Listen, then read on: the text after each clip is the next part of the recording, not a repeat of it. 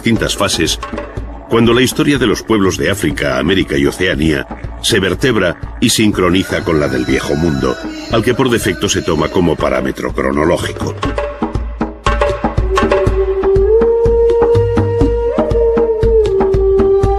Ello entraña, sin embargo, muchas dificultades, pues desde la concepción del mundo hasta la idea de arte o de estilo, si es que en algún caso se dan, todo es absolutamente diferente y solo se explica en claves propias.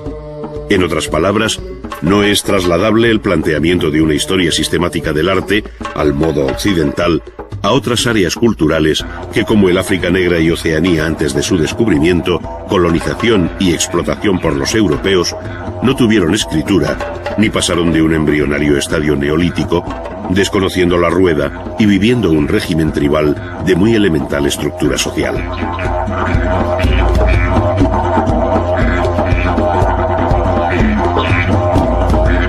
En tales condiciones, no cabe esperar sino una producción artística de limitado alcance, vinculada sobre todo a los mitos y creencias de índole religiosa que tienen relación con la naturaleza y el hombre. Probablemente la expresión más cumplida de esta realidad sea la máscara, pero la máscara viva, pues la que hoy forma parte de una colección que se exhibe pulcramente en la vitrina de un museo, es solo un objeto de curiosidad al que le falta la intención, el movimiento y la música que en otro momento la acompañaron. Carece en definitiva de lo que representa la vida misma, aunque se trate de una máscara funeraria. Solo la máscara en acción explicaría su significado, forma, tamaño y color. Análogos argumentos valdrían para explicar el rico mundo de máscaras, danzas, pinturas, tatuajes y adornos corporales de los pueblos de Oceanía, pues también en sus ritos y ceremonias el propio cuerpo humano llegó a convertirse en objeto artístico que se adornaba y enriquecía de las más variadas formas. Muchas de estas expresiones artísticas, consideradas como primitivas, han permanecido luego como soterrada herencia en la memoria del hombre hasta nuestros días.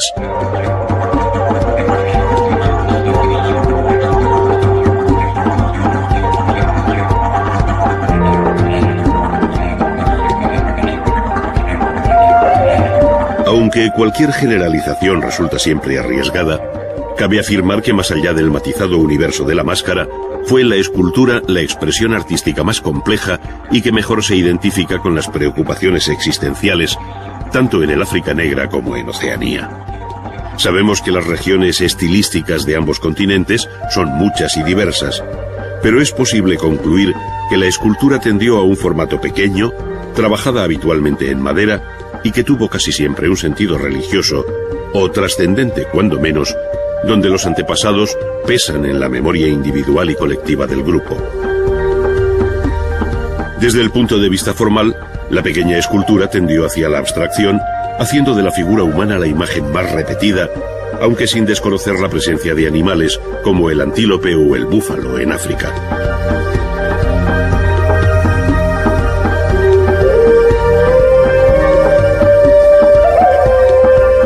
Un peculiar sistema de proporciones que no está basado tanto en la realidad vista como en el significado que encarnan determinadas partes del cuerpo, hacen de la estatuaria figuras de proporciones esbeltas, solas o en pareja, con grandes cabezas, donde los ojos cobran un protagonismo esencial, destacando igualmente por su tamaño otras partes del cuerpo, como los órganos genitales y el ombligo, todo ello dentro de una concepción primaria de la existencia humana integrada en la naturaleza.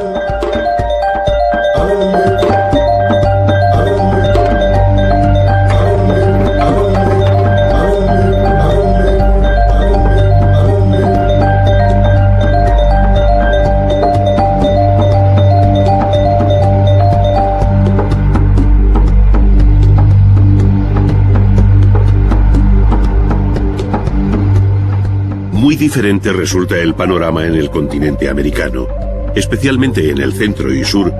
donde el dilatado horizonte artístico cuenta con ciudades bien trazadas, una monumental arquitectura, excelentes piezas escultóricas en piedra exentas o formando relieves, una desarrollada visión pictórica, además de un rico legado de las llamadas artes menores, donde la orfebrería alcanzó cotas verdaderamente sublimes.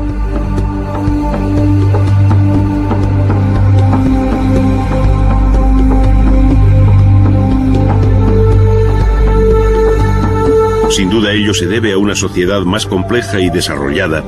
que conoció la escritura y un desarrollo técnico verdaderamente notable que tuvo en la cultura de los mayas, aztecas e incas sus índices más altos.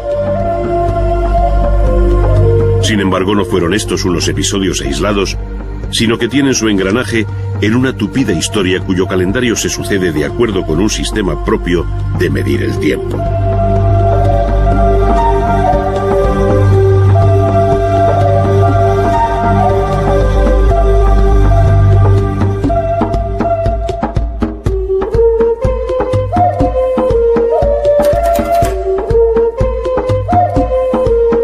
De todos modos,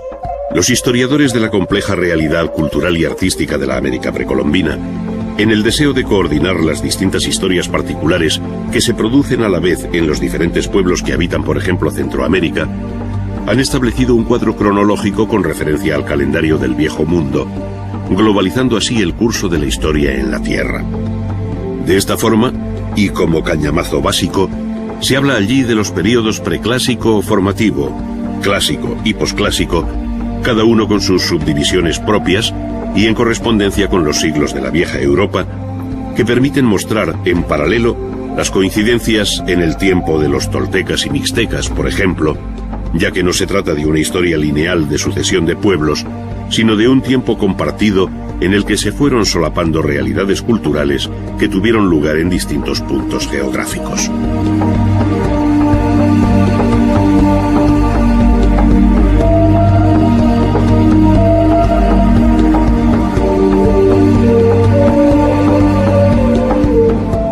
Concretamente, en el México antiguo, cuando todavía no habían desaparecido los olmecas del Golfo,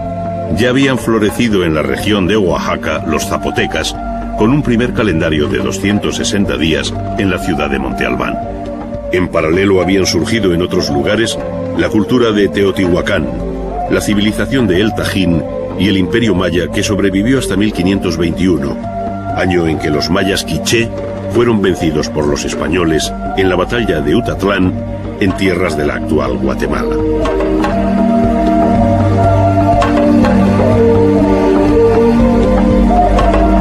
Por aquellas mismas fechas caía el imperio azteca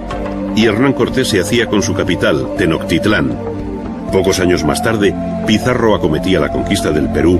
poniendo fin en 1533 al gran imperio inca, que tuvo por último soberano a Atahualpa, hijo del gran Huayna Cápac.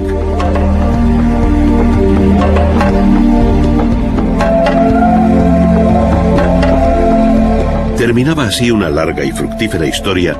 que aportó al mundo del arte algunos de sus capítulos más bellos, cuyo reconocimiento universal queda patente en la declaración como Patrimonio de la Humanidad de lugares como Teotihuacán, Palenque, Chichén Itzá, Uxmal, El Tajín y un largo etcétera, hasta llegar a Cuzco o a las cumbres de Machu Picchu, desde donde pudieran divisarse los horizontes más lejanos de aquella historia, a la que se sobrepone la no menos fecunda de la etapa colonial española.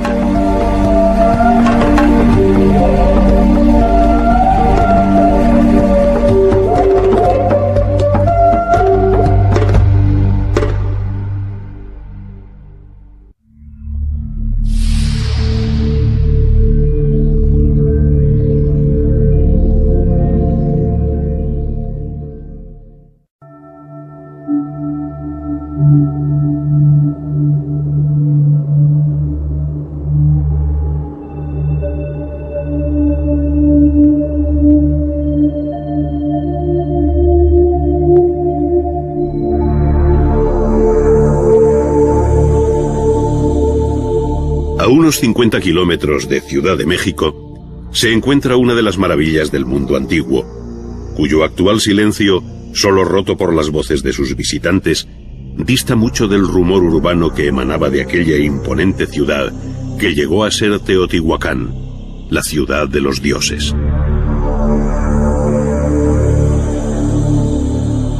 Situada sobre un amplio valle de la meseta central de México, a más de 2000 metros de altura y bordeada por dos cadenas montañosas, cuenta con un río conocido hoy como de San Juan. La actual zona arqueológica en torno al centro ceremonial ocupa unas 200 hectáreas, pero en su momento de mayor expansión urbana, la ciudad debió alcanzar las 1.500 hectáreas, una de las mayores ciudades del continente americano antes de la llegada de los españoles. Su población se calcula en 150.000 habitantes.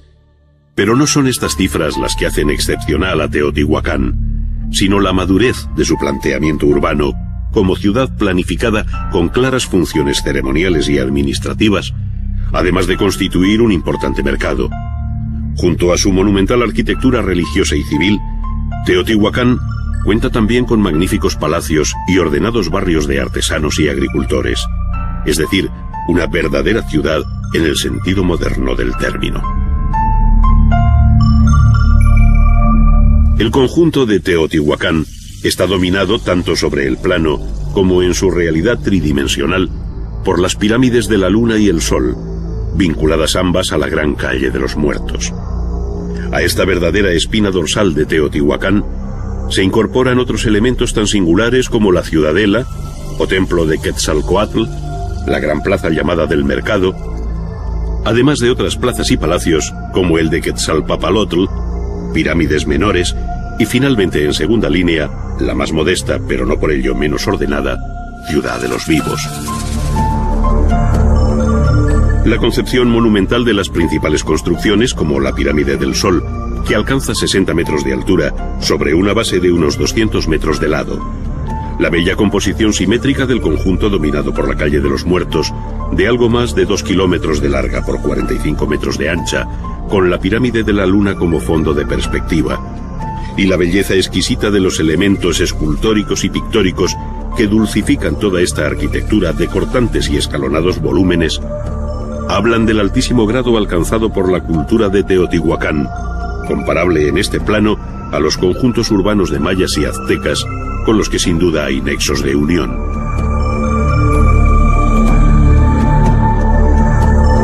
Parece seguro que los resortes de este fenómeno urbano radican en que aquí recibieron un culto muy especial tanto Quetzalcóatl, el dios de la vida representado como una serpiente emplumada, como Tlaloc,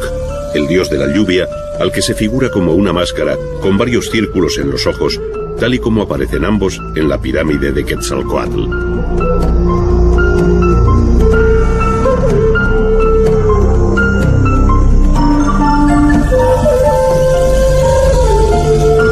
Las ciudades mayas, dispersas por un amplio sector de Centroamérica que hoy afecta a varios estados del sur de México, y muy especialmente a la península de Yucatán, Guatemala, Belice, Honduras y El Salvador, ofrecen la imagen más potente de la cultura maya. Ciudades como Tikal, en medio de la espesura de la selva guatemalteca y en un paisaje abrupto, hacen sobresalir por encima de la masa arbórea de los bosques los edificios más importantes de su sobrecogedor centro ceremonial y administrativo. Este se compone de varias acrópolis con amplias plazas, esbeltísimas pirámides, templos escalonadas, plataformas, conjuntos gemelos, palacios, juegos de pelota, mercados y baños, todo ello construido básicamente entre los siglos III y IX de nuestra era, cuando Tikal, como recuerda Leopoldo Castedo, era mayor que París, y nada había en esta ciudad que pudiera compararse, por ejemplo, con la pirámide del jaguar gigante.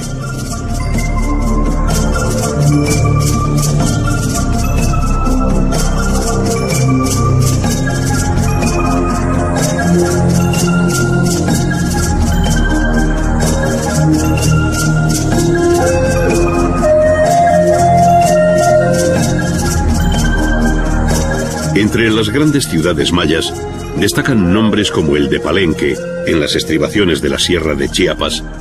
con varias construcciones como la llamada del Palacio, sobre una terraza artificial y sótanos interiores, en el que sobresale una singular torre de vigilancia de varios pisos y las originales cubiertas en talud, que a modo de mansarda esconden pesadas bóvedas de piedra en su interior, muy características de la arquitectura maya. Con este procedimiento se cubren todos los templos de Palenque, como el del Conde, levantado también bajo Pacal, que reinó aquí entre el año 615 y 683 de nuestra era. Aquellas bóvedas, llamadas falsas, por su procedimiento constructivo a base de aproximación de hiladas, solían estar decoradas con pinturas al fresco, como aún conserva el conocido Templo de las Pinturas en Bonampak.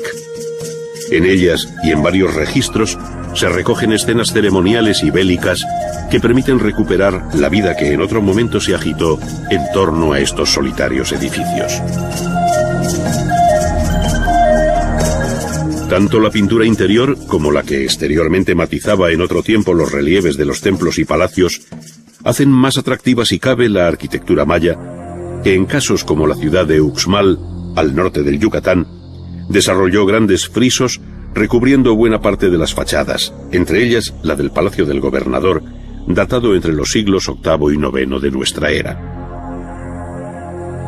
La civilización maya comenzó a extinguirse hacia el año 1000, viviendo desde entonces hasta la llegada de los españoles bajo el dominio de otros pueblos procedentes del centro y norte de México, como los toltecas. Mayas y toltecas dieron lugar a un brillante periodo artístico coincidente en el tiempo con lo que en el Viejo Mundo se denomina románico y primer arte gótico, que tiene como referencia principal la ciudad de Chichén Itzá hasta el año 1250 en que se abandona. De aquí emanan algunas de las imágenes más sorprendentes de la arquitectura precolombina, como la pirámide del castillo, con clara influencia de Teotihuacán, muy diferente al templo de los jaguares, que evidencia su origen maya.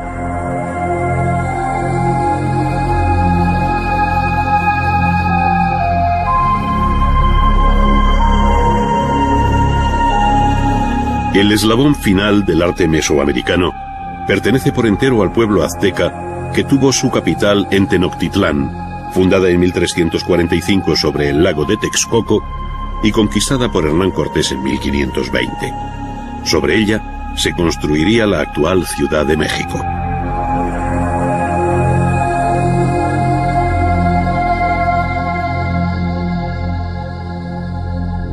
Para encontrar en América del Sur algo comparable en el terreno urbano y arquitectónico a lo visto en Mesoamérica, hay que trasladarse hasta la región de los Andes centrales, donde surgirá el gran imperio inca. No obstante, varias culturas preincaicas, ya en Chavín de Huántar, en Tiwanaco, en la orilla boliviana del lago Titicaca, en Chanchán, capital del reino de Chimor, o Pachacamac, entre otras, levantaron ciudadelas, palacios y templos en piedra o adobe de una gran severidad, que delatan un horizonte y una estética muy personal y distinta a lo conocido en otras áreas precolombinas.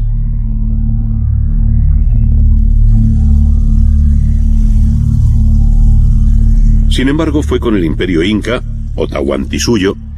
que partiendo del valle peruano de Cuzco, llegó a dominar el altiplano y costa del Pacífico, desde el sur de Colombia hasta el centro de Chile,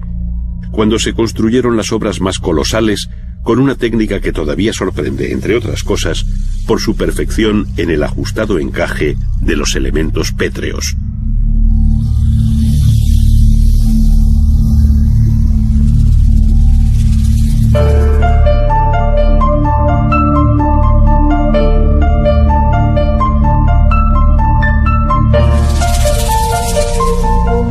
El conjunto de Machu Picchu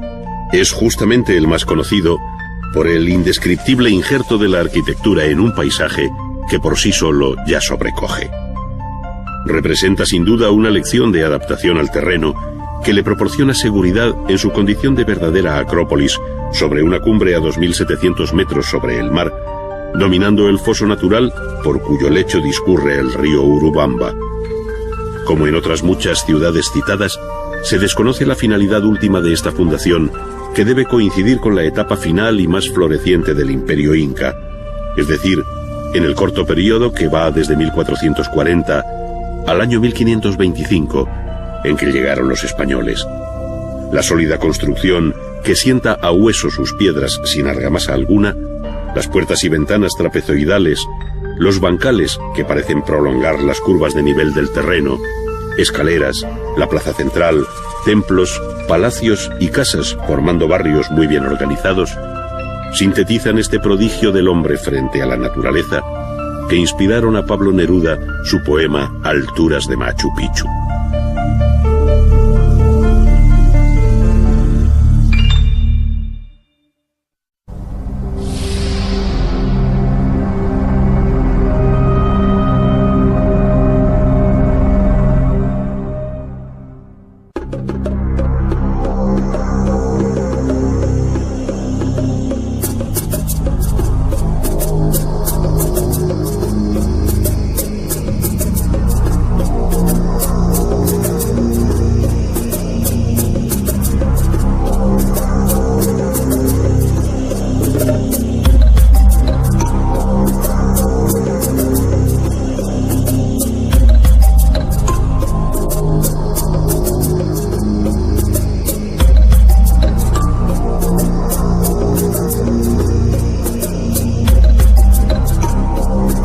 El arte del África Negra y Oceanía,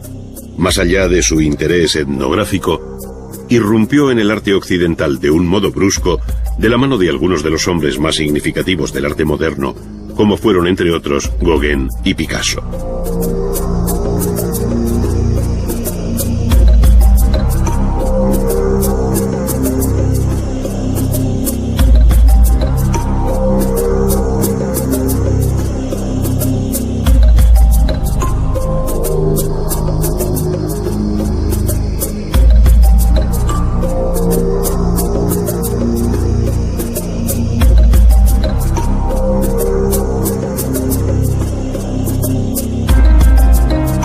No es que estos artistas descubrieran a los demás aquella ignorada realidad, sino que vieron en su primitivo y original planteamiento nuevos argumentos formales y conceptuales para la renovación artística, al margen de la estereotipada historia del arte occidental.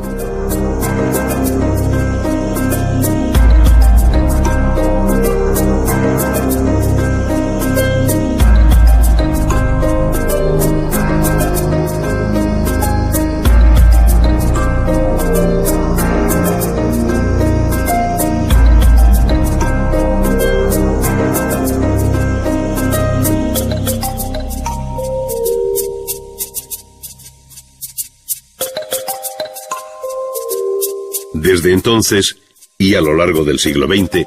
no ha cesado la admiración de las realizaciones escultóricas del arte africano, cuyo sentido religioso y uso ritual dan un interés muy específico a las estatuillas de terracota, bronce o madera, así como al amplio y enigmático mundo expresivo de las máscaras.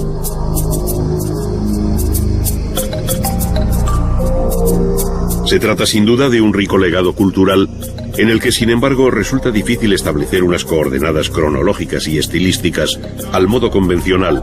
al carecer de una historia escrita sobre los diferentes pueblos que habitaron a lo largo de siglos la costa del Golfo de Guinea y las tierras que se extienden al norte y sur del Ecuador.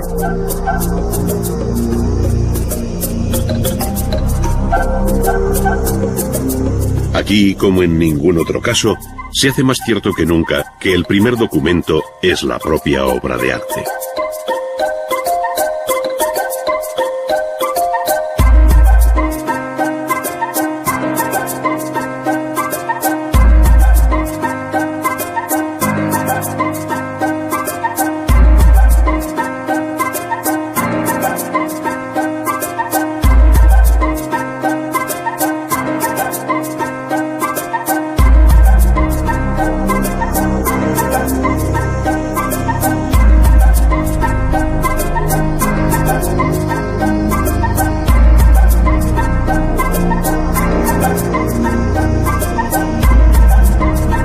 El modo tradicional de acercarse a este complejo mundo cargado de matices locales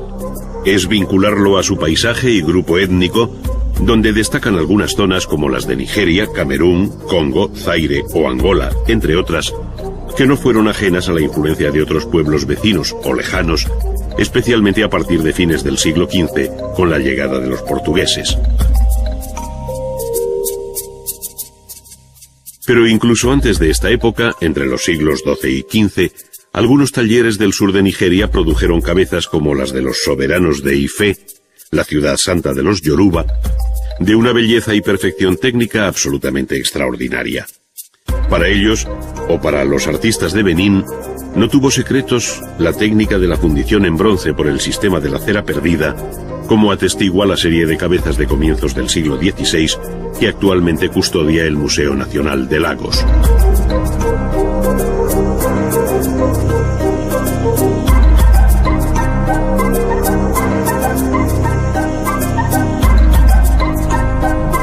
La arquitectura alcanzó escaso desarrollo en el África Negra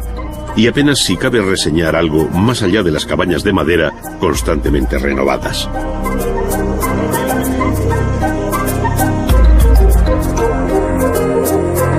Mayor entidad tienen las aldeas a los pies de los grandes acantilados de piedra que protegen al pueblo de los Dogones en la cuenca alta del río Níger, en Mali. Allí las casas, graneros y santuarios de arcilla obedecen a una ordenación cosmogónica del máximo interés bajo las llamadas cavernas de los antepasados, excavadas en la roca viva. En este rupestre ambiente tienen lugar las ceremonias de iniciación de los jóvenes dogones, aprovechando los entrantes y salientes de la roca sobre cuyas paredes aparecen esquemáticas pinturas de carácter religioso.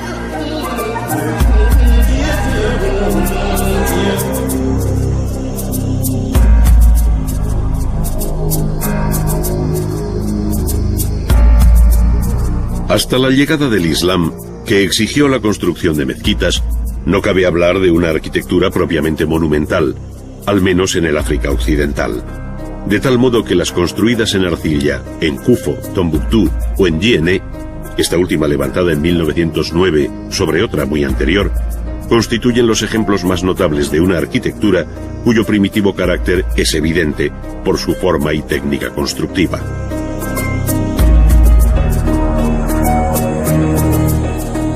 La misma línea del Ecuador que divide en dos el continente africano, al entrar por Gabón y salir en dirección este por Somalia,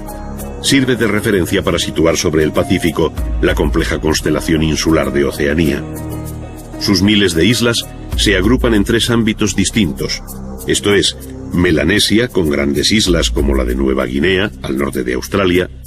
Micronesia, con los archipiélagos de las Marianas y Carolinas, y Polinesia, con las míticas islas de Hawái, Samoa, Tahití, Marquesas y Pascua.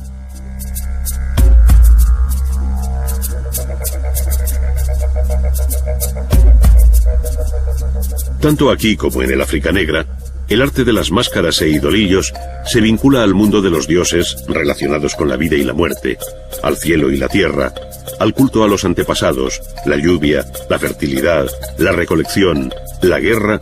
y todo un complicado mundo mitológico ajeno al clásico, nórdico o asiático, pero que en definitiva responde a los mismos anhelos y temores del hombre primitivo, donde la religión siempre cumple un papel de medium necesario.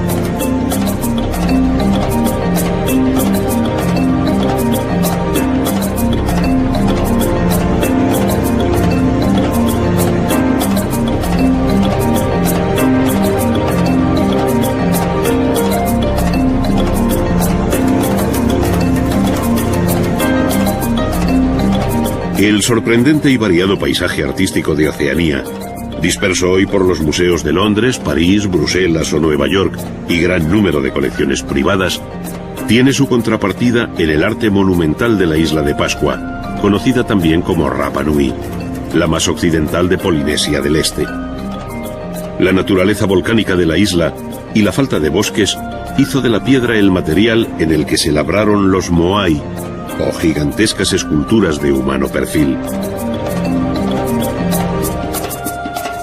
Desconocemos su significación, pero todo indica que este desconocido pueblo, probablemente de origen polinésico y desaparecido hace ya mucho tiempo, debía contar con una organización social muy desarrollada. Los moai, que quizás personifican a antiguos jefes deificados, son figuras de medio cuerpo con largas y estilizadas manos sobre el vientre, llevando en la cabeza un gran tocado que habla de su alta jerarquía.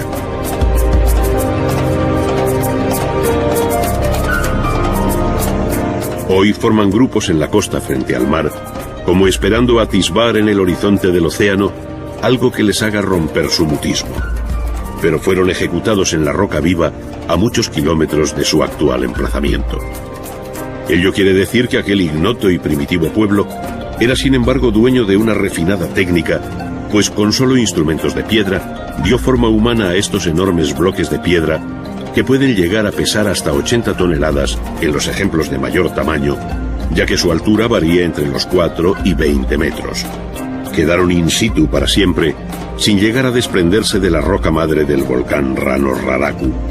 produciendo todavía una admiración infinita por lo inexplicable del procedimiento, mediante el cual pudieron trasladar semejantes moles de piedra y dejarlas enhiestas frente al mar, cuya línea del horizonte parece haber fijado para siempre su mirada muda, silenciando todo cuanto nosotros desconocemos acerca de ellos.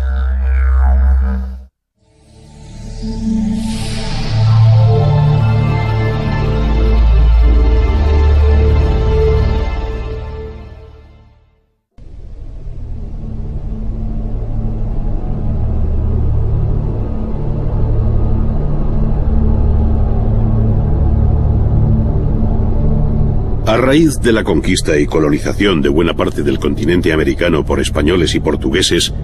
se abrió en las Antillas, México, Centro y Sudamérica un nuevo periodo artístico en el que esta dilatada área geográfica se incorporó a las grandes corrientes estéticas del Viejo Mundo. Tan fecundo injerto dio sus mejores frutos durante los siglos XVII y XVIII, cuando el barroco iberoamericano creó un fascinante mundo formal donde, junto a lo español y portugués en Brasil,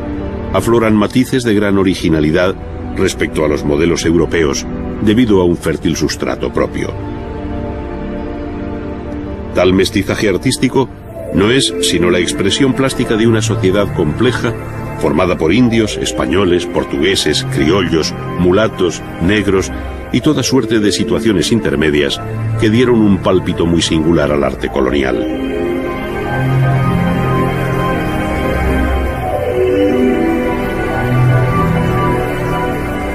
Atrás quedaban los días primeros de la conquista y evangelización,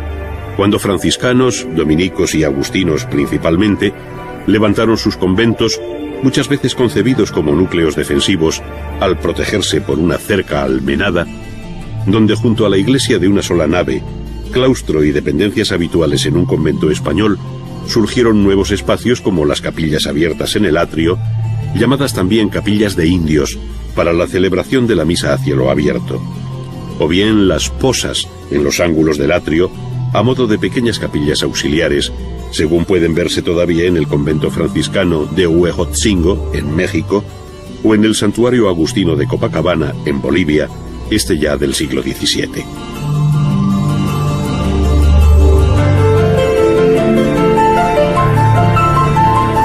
En el cambio de siglo, jugaron un papel fundamental la obra de las grandes catedrales, que como las de México o Cuzco, fueron concebidas en el siglo XVI, si bien su culminación alcanzó con frecuencia el propio siglo XVIII. Razones económicas, terremotos y otra serie de circunstancias adversas alargaron la construcción de estas formidables obras que muchas veces tuvieron que replantearse de nuevo. Los edificios de la ciudad de Antigua, en Guatemala, representan hoy el testimonio más lacerante de lo que fue la aventura constructiva en la zona sísmica de América por antonomasia, su espinazo andino, desde México hasta Perú. La expresiva imagen de sus bóvedas abiertas o destruidas, donde a veces solo subsiste la fachada, hacen innecesarias más palabras, pues allí, como en otros lugares, la arquitectura y la vida toda han sido sometidas periódicamente por la naturaleza a unas pruebas sobrehumanas.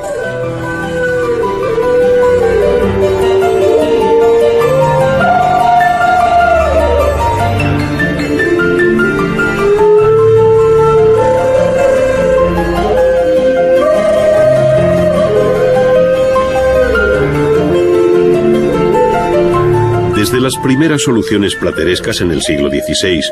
hasta las fórmulas decorativas más barrocas que imaginarse pueda, a base de sobrecargados estípites, tan característicos del siglo XVIII, portadas y retablos parecen disputarse la atención del viandante y del devoto, atrayéndolo hacia sí por la compleja espectacularidad de su diseño. Sin embargo, estos elementos no pueden concebirse aislados, sino que lo más frecuente es que formen parte de un todo en el que las barreras entre arquitectura, escultura y pintura desaparecen para configurar un espacio mágico que diluye líneas, quiebra perspectivas y despierta una atmósfera envolvente que aprisiona los sentidos. Así sucede en la Capilla del Rosario de Puebla, tenida ya en el siglo XVII como la octava maravilla del Nuevo Mundo, o en la iglesia de Santo Domingo de Oaxaca, entre otras.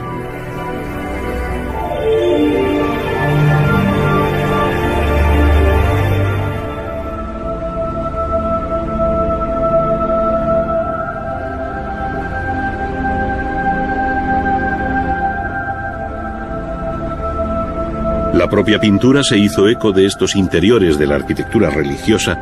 donde capillas e iglesias son con frecuencia escenario de algún acontecimiento milagroso, especialmente curaciones, dando luego motivo a su representación pictórica bajo la fórmula del ex voto.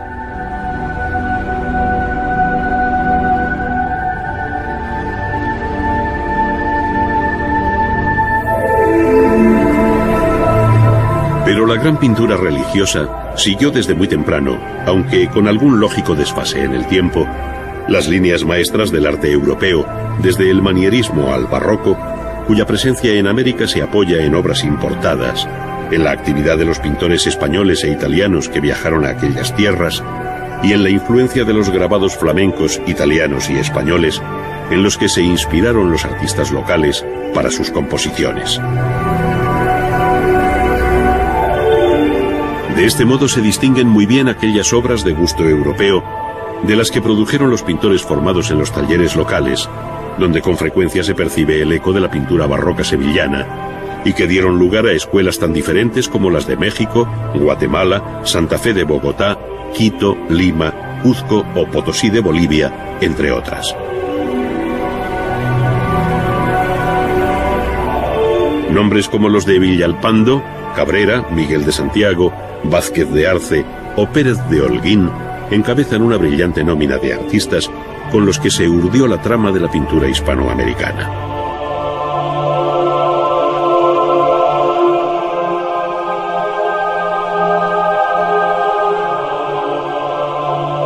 En este panorama cobran especial relevancia por su novedad iconográfica, por la distancia marcada respecto a los modelos europeos y por la fuerte carga religioso-poética de su imagen,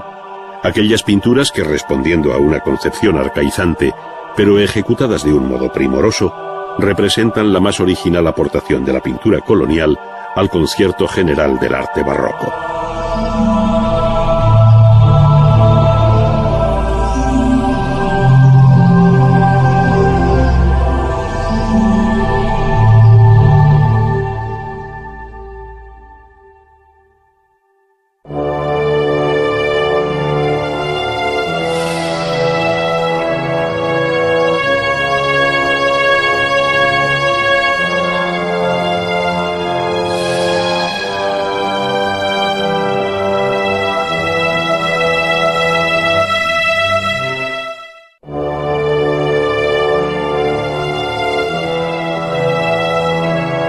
El dibujo siempre ha sido considerado como fundamento del arte, tanto en el mundo antiguo como en el moderno, en Oriente y Occidente, y de ello dieron buena cuenta civilizaciones milenarias como Egipto o más tarde Grecia y Roma. Pero fue a partir del Renacimiento cuando el dibujo cobró una especial importancia. Se crearon academias del diseño, como la que en Florencia estableció Cosme de Medici, mientras que Vasari dedicaba sus conocidas vidas a los maestros del dibujo, es decir, a los arquitectos, escultores, pintores, orfebres y demás artistas que tenían su común fundamento en el dibujo.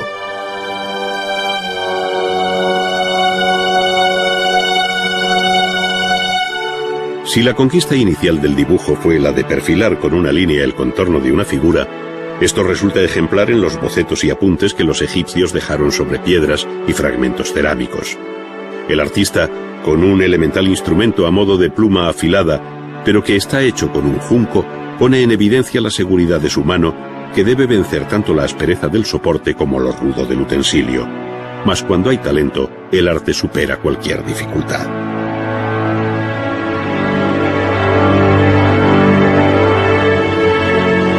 Otro tanto sucede con la superficie rugosa del papiro, ese gran hallazgo que antecedió al papel, hecho con el núcleo fibroso de aquella planta abundante en el Nilo, que los griegos llamaron papiros. Con un instrumento análogo al anterior, aunque algo más fino, se dibuja la figura de un faraón con los símbolos del Alto y el Bajo Egipto, probablemente como estudio previo para una gran pintura mural. Decía Leonardo que para conservar con facilidad en la imaginación la forma de un rostro, es preciso conservar en la memoria distintas formas de boca, ojos, nariz, barba, cuello y otros detalles tomados de varias cabezas. En esta ocasión vamos a asistir a la ejecución de un dibujo al modo de Leonardo sobre un papel previamente teñido, utilizando la punta de plata.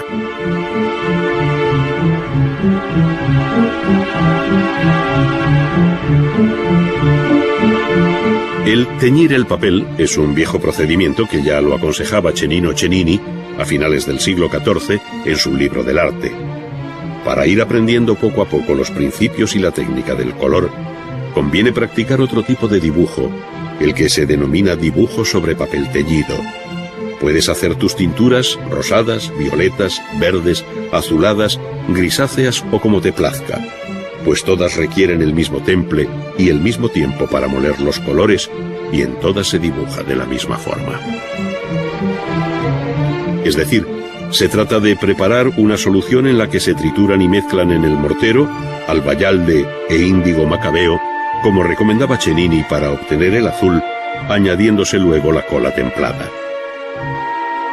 La mezcla obtenida debe ser muy líquida para que el pincel corra bien sobre el papel, que recibe por ambas caras varias manos en distintas direcciones, dejando un tiempo de secado entre una y otra aplicación.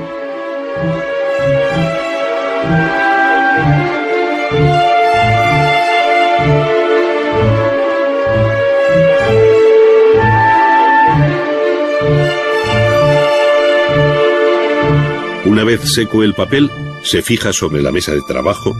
y con punta de plata o lápiz de plomo, que antiguamente se hacía con 2 partes de plomo y una de estaño batidas a martillo, se inicia el dibujo.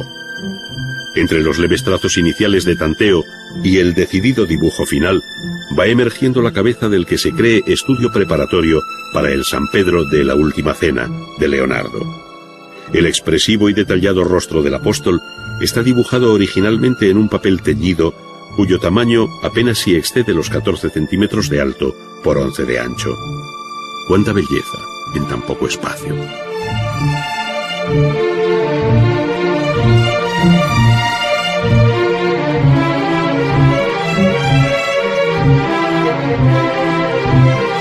El dibujo original de Leonardo está repasado a tinta, por lo que es necesario preparar una pluma de ave, dejando libre de barbas el canutillo o barril central, reduciendo su longitud y cortando con especial cuidado la punta. Esta será más o menos pronunciada según se quiera para escribir o dibujar, pues solo en esto se diferencia el instrumento que artistas y escribanos utilizaron durante siglos. Por otra parte, la tinta requiere también una cuidadosa elaboración según el tipo de que se trate. La tinta negra que se utilizó en el Renacimiento era la común, que servía tanto para escribir como para dibujar. En su composición entran a formar parte sales de hierro y ácido gálico, obtenido de las llamadas agallas de roble o encina. Esto es, una sustancia patógena de algunos árboles que en otro tiempo sirvió para producir tintes y curtir las pieles. La adición de goma arábiga como aglutinante asegura y liga la mezcla final.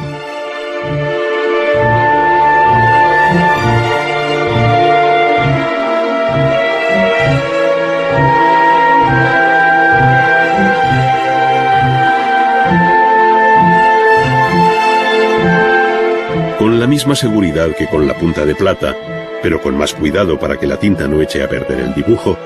se van repasando las líneas y rasgos más expresivos de la cabeza, que con unos leves trazos adquiere mayor fuerza si cabe.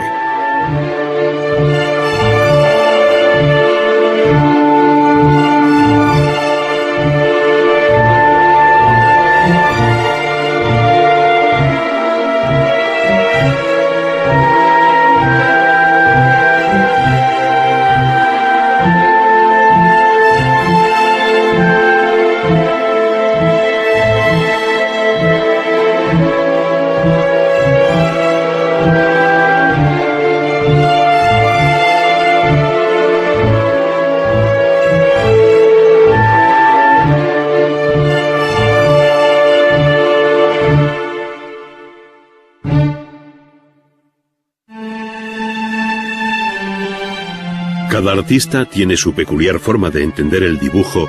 manejando técnicas distintas. Ahora nos fijaremos en el modo de hacer de Miguel Ángel, otro de los grandes genios del arte universal,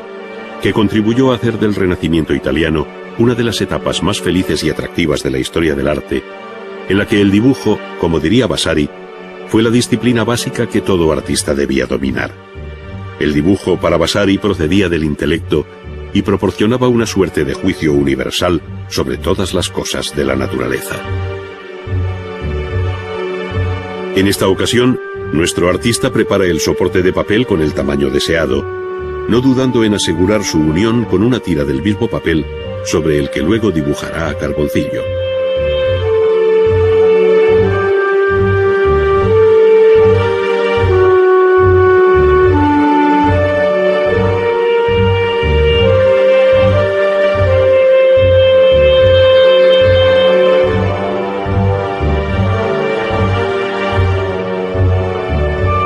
Este procedimiento, muy antiguo y muy actual en la historia del dibujo, utiliza un pequeño bastón negro obtenido de la combustión lenta de pequeños palos de madera. Cennini aconsejaba meter los palos de sauce, aunque también se utilizaba el mirto, el nogal y el abedul, dentro de un puchero o cazuela tapada, dejándola sobre el fuego durante la noche hasta que se carbonizaran. De ahí el nombre de carboncillo. El dibujo a carboncillo permite no solo trazar los contornos de las figuras, sino acentuar las sombras, modelar y jugar con la luz de un modo rápido, permitiendo corregir con un trapo o limpiar con una pluma el polvo adherido al papel, rebajando así la intensidad del trazo.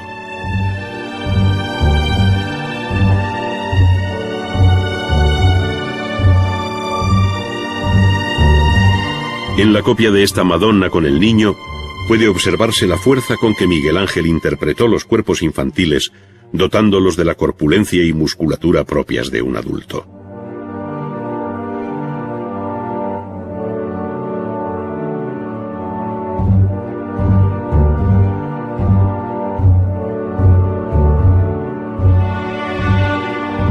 Para su modelado se abandona el carboncillo y con una tiza roja, llamada también sanguina,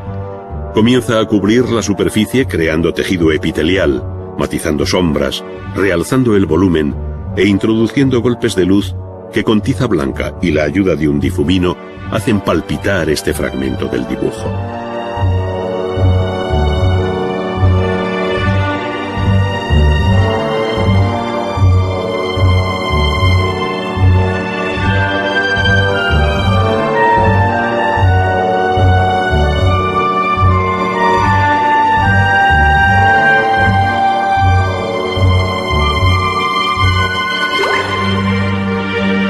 Los límites que separan el dibujo de la pintura no son siempre muy precisos,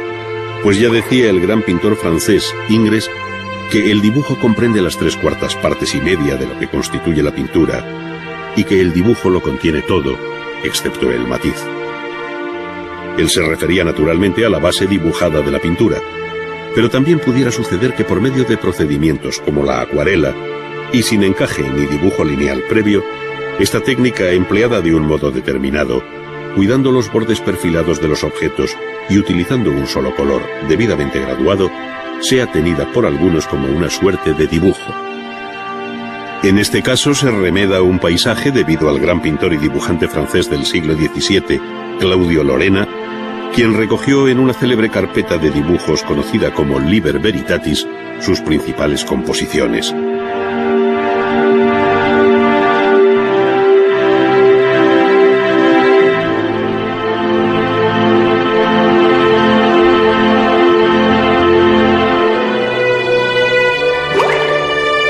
La rompedora imagen de la producción artística del siglo XX, que tiende hacia el informalismo y la abstracción, incluso en el arte figurativo, se caracteriza por el modo libre de su técnica, mientras que apenas si varían sus instrumentos.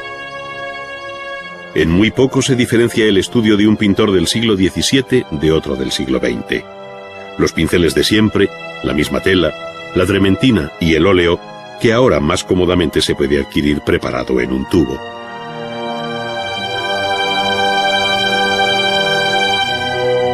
Lo que sí varía de un modo radical es el concepto de la pintura y su técnica de ejecución, dando paso a una acción que tiene mucho de intuitiva, en la que el boceto y la obra acabada se identifican sobre el mismo lienzo.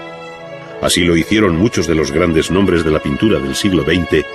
entre los que cabe citar al escultor y pintor suizo Alberto Giacometti. Aquí se ve el modo de trabajar de este artista,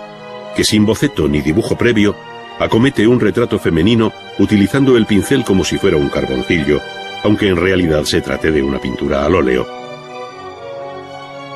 Sin duda, el movimiento de la mano y el pincel se asemeja más al de un dibujante que al de un pintor tradicional.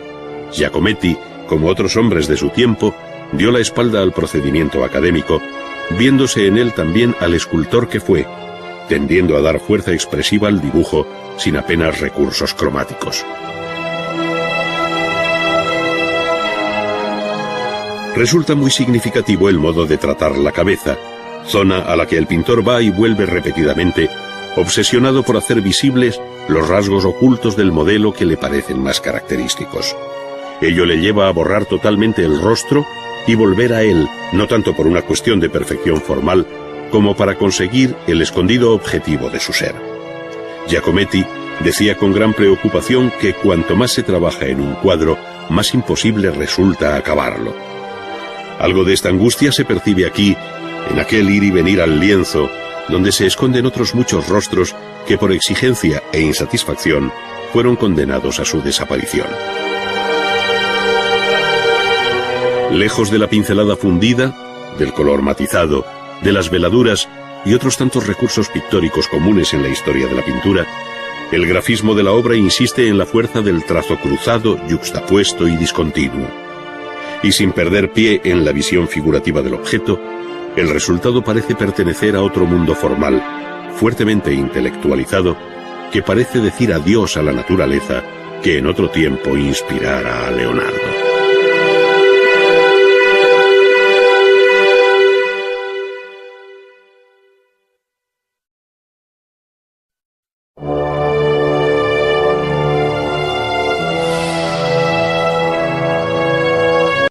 Encontrar en América del Sur algo comparable en el terreno urbano y arquitectónico a lo visto en Mesoamérica, hay que trasladarse hasta la región de los Andes centrales, donde surgirá el gran imperio inca.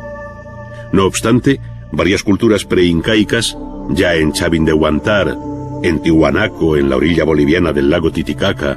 en Chan Chan, capital del reino de Chimor, o Pachacamac, entre otras, levantaron ciudadelas, palacios y templos en piedra o adobe de una gran severidad, que delatan un horizonte y una estética muy personal y distinta a lo conocido en otras áreas precolombinas.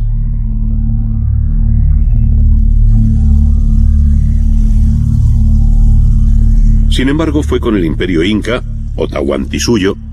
que partiendo del valle peruano de Cuzco, llegó a dominar el altiplano y costa del Pacífico, desde el sur de Colombia hasta el centro de Chile, cuando se construyeron las obras más colosales con una técnica que todavía sorprende, entre otras cosas, por su perfección en el ajustado encaje de los elementos pétreos.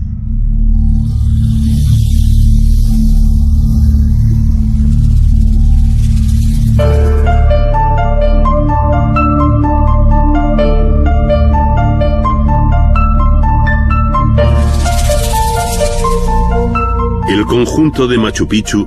es justamente el más conocido por el indescriptible injerto de la arquitectura en un paisaje que por sí solo ya sobrecoge. Representa sin duda una lección de adaptación al terreno que le proporciona seguridad en su condición de verdadera acrópolis sobre una cumbre a 2.700 metros sobre el mar, dominando el foso natural por cuyo lecho discurre el río Urubamba. Como en otras muchas ciudades citadas, se desconoce la finalidad última de esta fundación, que debe coincidir con la etapa final y más floreciente del imperio inca, es decir, en el corto periodo que va desde 1440 al año 1525, en que llegaron los españoles. La sólida construcción, que sienta a hueso sus piedras sin argamasa alguna, las puertas y ventanas trapezoidales, los bancales que parecen prolongar las curvas de nivel del terreno, escaleras, la plaza central, templos palacios y casas formando barrios muy bien organizados, sintetizan este prodigio del hombre frente a la naturaleza que inspiraron a Pablo Neruda su poema Alturas de Machu Picchu.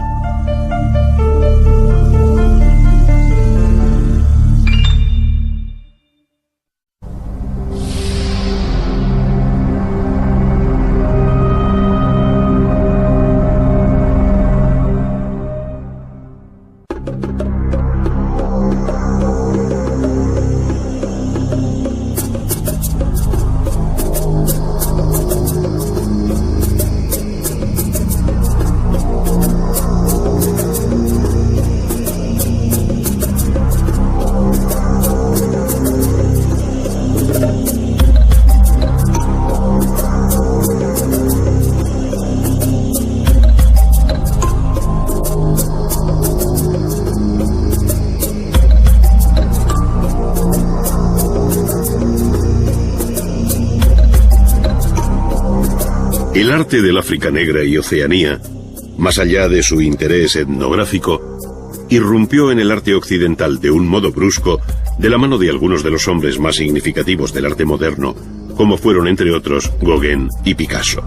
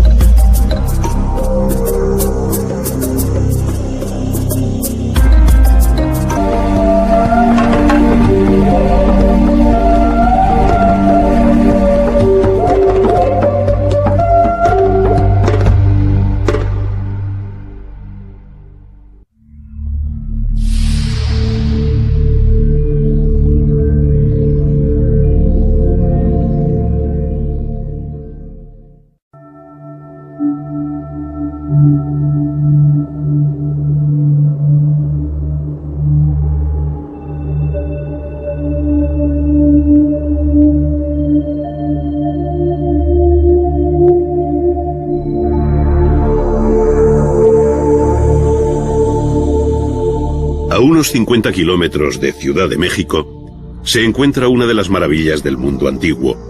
cuyo actual silencio, solo roto por las voces de sus visitantes, dista mucho del rumor urbano que emanaba de aquella imponente ciudad que llegó a ser Teotihuacán, la ciudad de los dioses.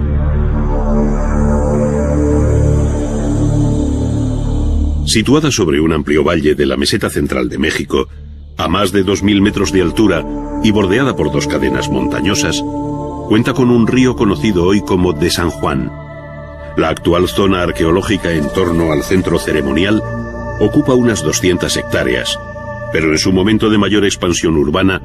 la ciudad debió alcanzar las 1500 hectáreas, una de las mayores ciudades del continente americano antes de la llegada de los españoles. Su población se calcula en 150.000 habitantes. Pero no son estas cifras las que hacen excepcional a Teotihuacán, sino la madurez de su planteamiento urbano como ciudad planificada con claras funciones ceremoniales y administrativas, además de constituir un importante mercado. Junto a su monumental arquitectura religiosa y civil, Teotihuacán cuenta también con magníficos palacios y ordenados barrios de artesanos y agricultores, es decir, una verdadera ciudad en el sentido moderno del término. El conjunto de Teotihuacán está dominado tanto sobre el plano como en su realidad tridimensional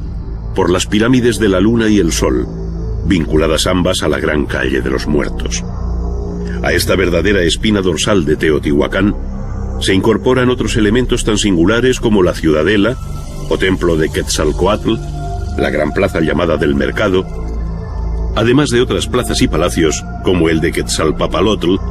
pirámides menores y finalmente en segunda línea, la más modesta pero no por ello menos ordenada, Ciudad de los Vivos. La concepción monumental de las principales construcciones, como la Pirámide del Sol, que alcanza 60 metros de altura sobre una base de unos 200 metros de lado. La bella composición simétrica del conjunto dominado por la Calle de los Muertos, de algo más de 2 kilómetros de larga por 45 metros de ancha, con la Pirámide de la Luna como fondo de perspectiva. Y la belleza exquisita de los elementos escultóricos y pictóricos que dulcifican toda esta arquitectura de cortantes y escalonados volúmenes, hablan del altísimo grado alcanzado por la cultura de Teotihuacán, comparable en este plano a los conjuntos urbanos de mayas y aztecas, con los que sin duda hay nexos de unión.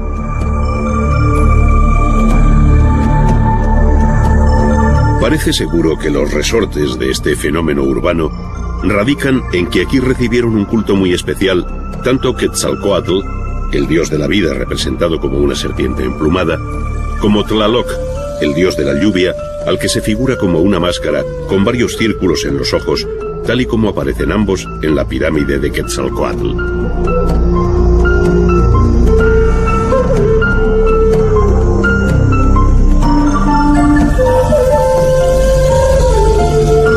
Las ciudades mayas,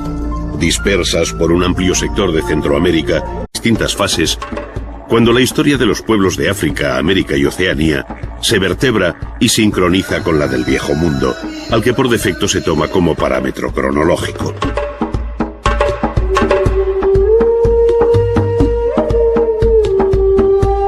Ello entraña, sin embargo, muchas dificultades, pues desde la concepción del mundo hasta la idea de arte o de estilo, si es que en algún caso se dan, todo es absolutamente diferente y solo se explica en claves propias. En otras palabras, no es trasladable el planteamiento de una historia sistemática del arte, al modo occidental, a otras áreas culturales que, como el África Negra y Oceanía antes de su descubrimiento, colonización y explotación por los europeos, no tuvieron escritura, ni pasaron de un embrionario estadio neolítico, desconociendo la rueda y viviendo un régimen tribal de muy elemental estructura social.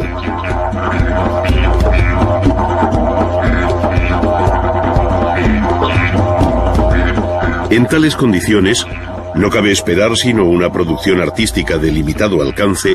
vinculada sobre todo a los mitos y creencias de índole religiosa que tienen relación con la naturaleza y el hombre. Probablemente la expresión más cumplida de esta realidad sea la máscara, pero la máscara viva, pues la que hoy forma parte de una colección que se exhibe pulcramente en la vitrina de un museo, es solo un objeto de curiosidad al que le falta la intención, el movimiento y la música que en otro momento la acompañaron. Carece en definitiva de lo que representa la vida misma, aunque se trate de una máscara funeraria. Solo la máscara en acción explicaría su significado, forma, tamaño y color. Análogos argumentos valdrían para explicar el rico mundo de máscaras, danzas, pinturas, tatuajes y adornos corporales de los pueblos de Oceanía, pues también en sus ritos y ceremonias el propio cuerpo humano llegó a convertirse en objeto artístico que se adornaba y enriquecía de las más variadas formas. Muchas de estas expresiones artísticas, consideradas como primitivas, han permanecido luego como soterrada herencia en la memoria del hombre hasta nuestros días.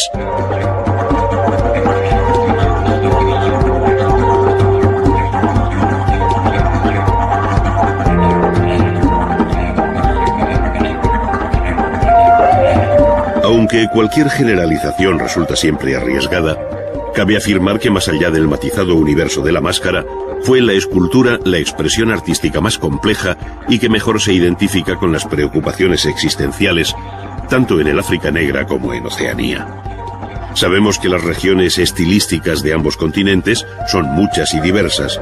pero es posible concluir que la escultura tendió a un formato pequeño, trabajada habitualmente en madera, y que tuvo casi siempre un sentido religioso, o trascendente cuando menos, donde los antepasados pesan en la memoria individual y colectiva del grupo. Desde el punto de vista formal, la pequeña escultura tendió hacia la abstracción, haciendo de la figura humana la imagen más repetida,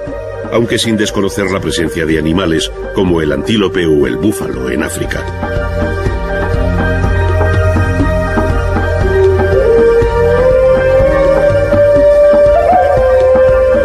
un peculiar sistema de proporciones que no está basado tanto en la realidad vista como en el significado que encarnan determinadas partes del cuerpo, hacen de la estatuaria figuras de proporciones esbeltas, solas o en pareja, con grandes cabezas, donde los ojos cobran un protagonismo esencial, destacando igualmente por su tamaño otras partes del cuerpo, como los órganos genitales y el ombligo, todo ello dentro de una concepción primaria de la existencia humana integrada en la naturaleza.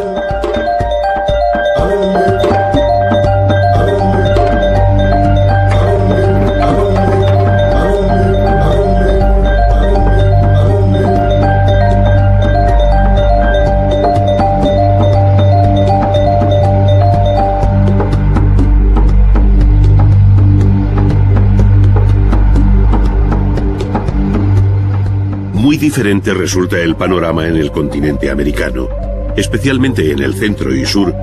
donde el dilatado horizonte artístico cuenta con ciudades bien trazadas, una monumental arquitectura, excelentes piezas escultóricas en piedra exentas o formando relieves, una desarrollada visión pictórica, además de un rico legado de las llamadas artes menores, donde la orfebrería alcanzó cotas verdaderamente sublimes.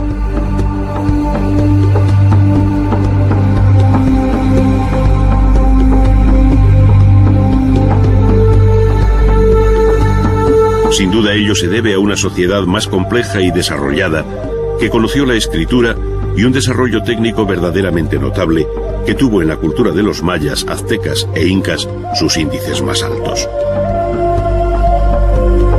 Sin embargo, no fueron estos unos episodios aislados,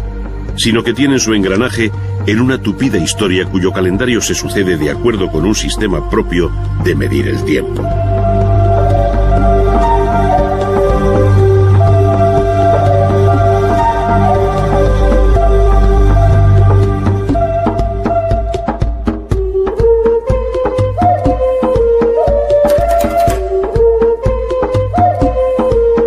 De todos modos,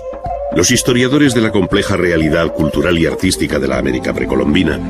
en el deseo de coordinar las distintas historias particulares que se producen a la vez en los diferentes pueblos que habitan, por ejemplo, Centroamérica, han establecido un cuadro cronológico con referencia al calendario del Viejo Mundo, globalizando así el curso de la historia en la Tierra. De esta forma, y como cañamazo básico, se habla allí de los períodos preclásico o formativo, clásico y posclásico, cada uno con sus subdivisiones propias y en correspondencia con los siglos de la vieja Europa, que permiten mostrar en paralelo las coincidencias en el tiempo de los toltecas y mixtecas, por ejemplo, ya que no se trata de una historia lineal de sucesión de pueblos, sino de un tiempo compartido en el que se fueron solapando realidades culturales que tuvieron lugar en distintos puntos geográficos.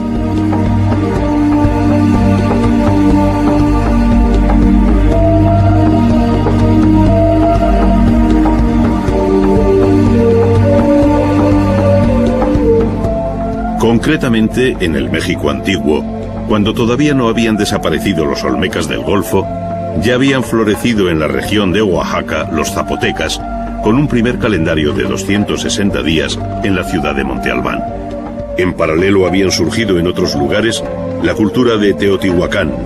la civilización de El Tajín y el imperio maya que sobrevivió hasta 1521, año en que los mayas quiché fueron vencidos por los españoles en la batalla de Utatlán, en tierras de la actual Guatemala.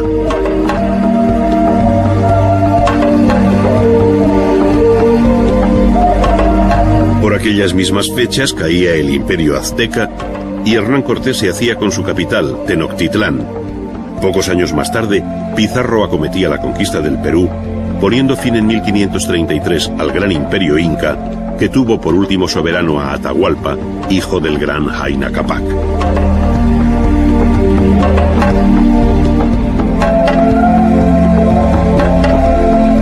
Terminaba así una larga y fructífera historia que aportó al mundo del arte algunos de sus capítulos más bellos, cuyo reconocimiento universal queda patente en la declaración como Patrimonio de la Humanidad de lugares como Teotihuacán, Palenque, Chichén Itzá, Uxmal, El Tajín y un largo etcétera,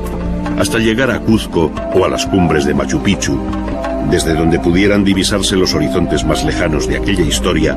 a la que se sobrepone la no menos fecunda de la etapa colonial española, que hoy afecta a varios estados del sur de México, y muy especialmente a la península de Yucatán, Guatemala, Belice, Honduras y El Salvador, ofrecen la imagen más potente de la cultura maya. Ciudades como Tikal, en medio de la espesura de la selva guatemalteca y en un paisaje abrupto, hacen sobresalir por encima de la masa arbórea de los bosques los edificios más importantes de su sobrecogedor centro ceremonial y administrativo. Este se compone de varias acrópolis con amplias plazas, esbeltísimas pirámides, templos escalonadas, plataformas, conjuntos gemelos, palacios, juegos de pelota, mercados y baños, todo ello construido básicamente entre los siglos III y IX de nuestra era, cuando Tikal, como recuerda Leopoldo Castedo, era mayor que París, y nada había en esta ciudad que pudiera compararse, por ejemplo, con la pirámide del jaguar gigante.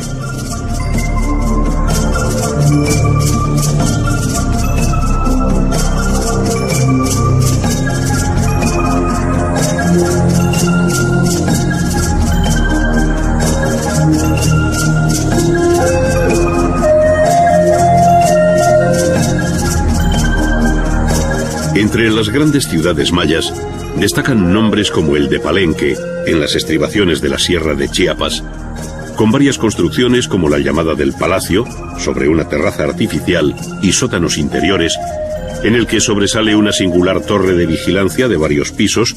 y las originales cubiertas en talud, que a modo de mansarda esconden pesadas bóvedas de piedra en su interior, muy características de la arquitectura maya. Con este procedimiento se cubren todos los templos de Palenque, como el del Conde, levantado también bajo Pacal, que reinó aquí entre el año 615 y 683 de nuestra era. Aquellas bóvedas, llamadas falsas, por su procedimiento constructivo a base de aproximación de hiladas, solían estar decoradas con pinturas al fresco, como aún conserva el conocido Templo de las Pinturas en Bonampak. En ellas y en varios registros se recogen escenas ceremoniales y bélicas que permiten recuperar la vida que en otro momento se agitó en torno a estos solitarios edificios. Tanto la pintura interior como la que exteriormente matizaba en otro tiempo los relieves de los templos y palacios hacen más atractiva si cabe la arquitectura maya, que en casos como la ciudad de Uxmal, al norte del Yucatán, desarrolló grandes frisos recubriendo buena parte de las fachadas, entre ellas la del Palacio del Gobernador, datado entre los siglos VIII y IX de nuestra era. La civilización maya comenzó a extinguirse hacia el año 1000, viviendo desde entonces hasta la llegada de los españoles bajo el dominio de otros pueblos procedentes del centro y norte de México, como los toltecas. Mayas y toltecas dieron lugar a un brillante periodo artístico coincidente en el tiempo con lo que en el Viejo Mundo se denomina románico y primer arte gótico, que tiene como referencia principal la ciudad de Chichén Itzá hasta el año 1250 en que se abandona. De aquí emanan algunas de las imágenes más sorprendentes de la arquitectura precolombina, como la pirámide del castillo, con clara influencia de Teotihuacán, muy diferente al templo de los jaguares que evidencia su origen maya.